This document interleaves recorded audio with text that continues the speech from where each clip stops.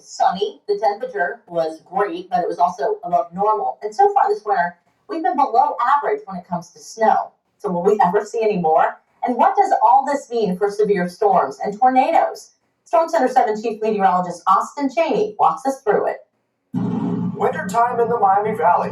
It can be harsh, cold and snowy at times, but each year is different. Back in November, we put out our winter weather forecast that called for above normal temperatures and below normal snowfall. A big reason for that, strong El Nino in the Pacific. Just as a little refresher, El Nino means we change the entire United States weather patterns. But as for us here in the Miami Valley, that means we get warmer than average and drier than average situations. If we get warmer than normal temperatures, that means we have a stronger El Nino. So what about the numbers? Well, so far for December and January, of the 62 calendar days, 41 of those featured temperatures that were above normal. And to no surprise, the snowfall has been lacking across the Miami Valley. In fact, we are 6 inches below normal on snowfall so far this season. So now we need to figure out what's going to happen through the rest of winter. And in the near future, it looks like the jet stream over the Pacific will be staying very strong, which should continue to send us warmer than normal air. Combining that with history telling us that Februaries during the last 5 strong El Ninos have typically produced below normal snowfall, suggests that below normal snowfall should continue. One piece of good news about this forecast is that El Nino takes the jet stream and pushes it south of the Miami Valley,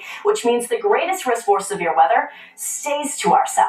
That generally should be the case, at least for the start of severe weather season. So to recap for you, the month of February looks to bring us continued above normal temperatures and below normal snowfall. In terms of severe weather, while we may get off to a slow start, it won't be non-existent.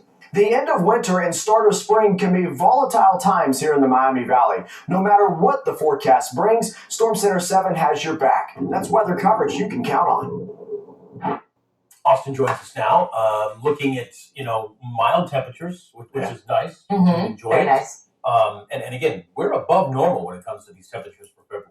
Yeah, we are so far. And this week, it's going to feel like the end of March or April. I mean, no joke there.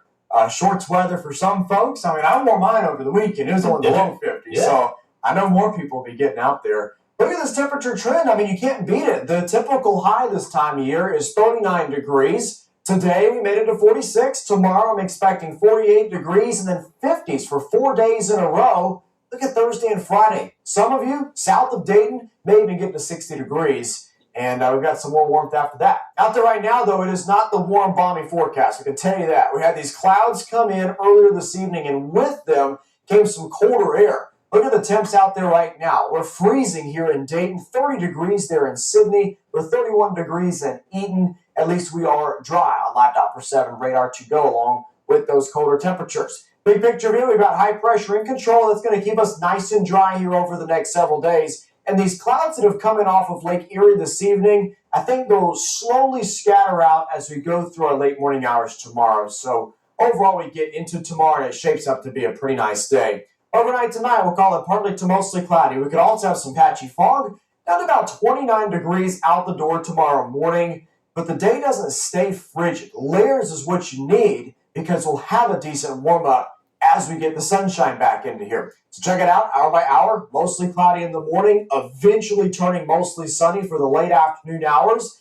The more sun we get, the warmer we go. And right now we're expecting high temperatures between 46 and 48 degrees, depending on where you're at tomorrow. And of course, tomorrow's forecast is dry, and we still have several dry days ahead in our forecast. So if you're looking at your car and it's still looking a little salty, go ahead and get it washed. You'll be able to enjoy a nice, clean, salt-free car for several days as we look ahead to the rest of this week. Let's check out Futurecast Wednesday. Here we go, 4:30. We're still dry, but we're noticing more clouds by then. That increasing cloud trend continues through Thursday, eventually giving way to rain chances overnight Thursday into Friday.